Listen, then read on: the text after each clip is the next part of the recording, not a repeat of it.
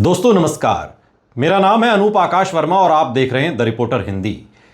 पश्चिम बंगाल विधानसभा चुनाव 2026 के ताज़ा सर्वे और ग्राउंड रिपोर्ट्स को देखें तो सबसे पहले बड़ी तस्वीर ये साफ होती है कि राज्य में मुकाबला अभी ममता बनर्जी की टीएमसी और बीजेपी के बीच मुख्य रूप से बना हुआ है, जबकि राहुल गांधी के नेतृत्व में कांग्रेस सीमित लेकिन टारगेटेड सीट्स पर फोकस करके वापसी की जबरदस्त कोशिश कर रही है।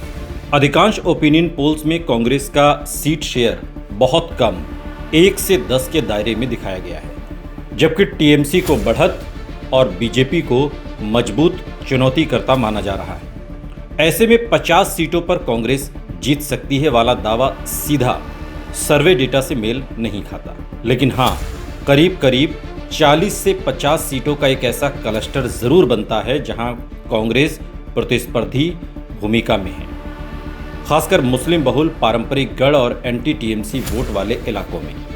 अगर इन संभावित 50 सीटों का सिलसिलेवार इसका हिसाब किताब समझें तो 4 जोन में बंटती हुई दिखाई देती है। Murshidabad belt, Malda belt, Uttar Dinajpur, Kishanganj corridor और 4 कुछ ज़िले दक्षिण बंगाल और शहरी परिधीय सीटों की। मुर्शिदाबाद जिले की सीट हैं जैसे बहरामपुर, जंगीपुर, डोमकल, लालगोला, रघुनाथगंज, सागरदिघी, फरक्का, शमशेरगंज, सूती। ऐसी सीटें हैं जहां कांग्रेस का ऐतिहासिक आधार रहा है और जहां कांग्रेस स्थानीय नेताओं के प्रभाव में अभी भी मतदाता कांग्रेस की ओर देख रहे हैं। यहां मुस्लिम आबादी 55 से 70% तक जाती है, लेकिन ये वोट पूरी तरह एक तरफा नहीं होता।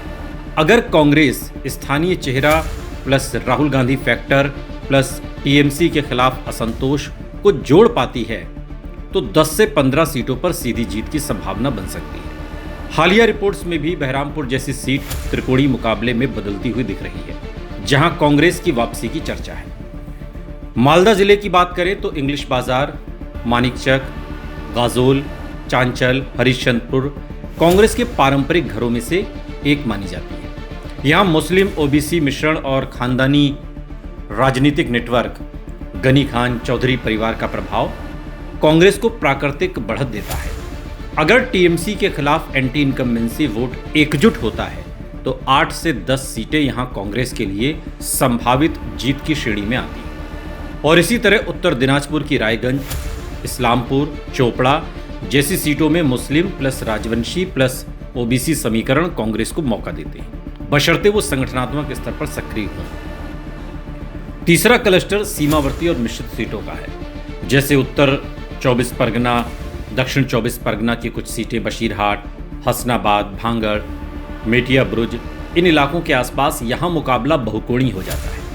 टीएमसी का कैडर मजबूत है, लेकिन स्थानीय असंतोष, अल्पसंख्यक वोट का बंटवारा और छोटे दलों की एंट्री कांग्रेस को 5 से 7 सीटों पर सरप्राइज पैकेज बना सकती है। चौथा क्लस्टर कुछ शहरी सेमी अर्बन सीटों का है, जैसे आसनसोल, दुर्गापुर, सिलीगुड़ी, जहां बेरोजगारी, उद्योग और शिक्षा के मुद्दे प्रमुख हैं।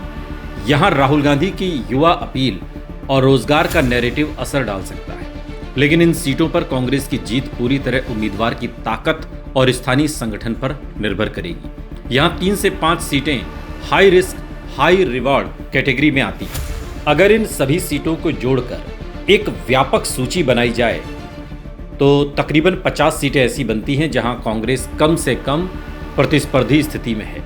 मुर्शिदाबाद जहां 15 से 18 सीटें, मालदा जहां 8 से 10 सीटें, उत्तर दिनाजपुर जहां 5 से 6 सीटें, सीमावर्ती 24 परगना जहां 5 से 7 सीटें और बाकी राज्य में बिखरी हुई 8 से 10 सीटें। लेकिन यहाँ एक महत्वपूर्ण बात समझना जरूरी है, प्रतिस्पर्धी होना और जीतना अलग चीजें हैं। सर्वे डेटा और वोट शेयर ट्रेंड साफ बताते हैं कि कांग्रेस का कुल वोट शेयर अभी भी सीमित है और टीएमसी का मजबूत संगठनात्मक ढांचा उसे बढ़त देता है। राहुल गांधी फैक्टर का असर मुख्यतः नैरेटिव और युवा वोटर्स में दिखाई देता है। भारत जोड़ो यात्रा के बाद उनकी छवि में बदलाव और सीधे मुद्दों रोजगार, शिक्षा, सामाजिक न्याय पर बात करना कांग्रेस को वैकल्पिक स्पेस देता है। लेकिन बंगाल जैसे राज्य में चुनाव जीतने के लिए बूथ स्तर का संगठन और कैडर नेटवर्क सबसे ज्यादा निर्णायक होता है, जो अभी भी टीएमसी के पास सबसे मजबूत है। धार्मिक और जाति समीकरण की बात करें तो मुस्लिम बहुल सीटों पर कांग्रेस की संभावनाएं सबसे ज्यादा हैं, क्योंकि वहां सेकुलर वोट का एक हिस्सा टीएमसी से खिसक कर कांग्रेस की ओर जा सकता है। वहीं ओबीसी और आदिवासी बेल्ट में कांग्रेस कमजोर दिखती है, जहां बीजेपी और टीएमसी के बीच सीधा मुकाबला रहता है। पश्चिम बंगाल चुनाव 2026 में कांग्रेस 50 सीटें जीत लेगी, ये कहना थोड़ा जल्दबाजी है, लेकिन 50 सीटों पर जबरदस्त फाइट देकर मुकाबले को त्रिकोणीय बनाने में कांग्रेस आगे निकल चुकी है। और सबसे बड़ी बात यह है कि अगर बीजेपी और टीएमसी दोनों में कांटे का मुकाबला होता है तो 15 से 25 सीटें भी अगर कांग्रेस निकाल लेती है तो वो राज्य की राजनीति में एक किंग मेकर बनकर उभर सकती है।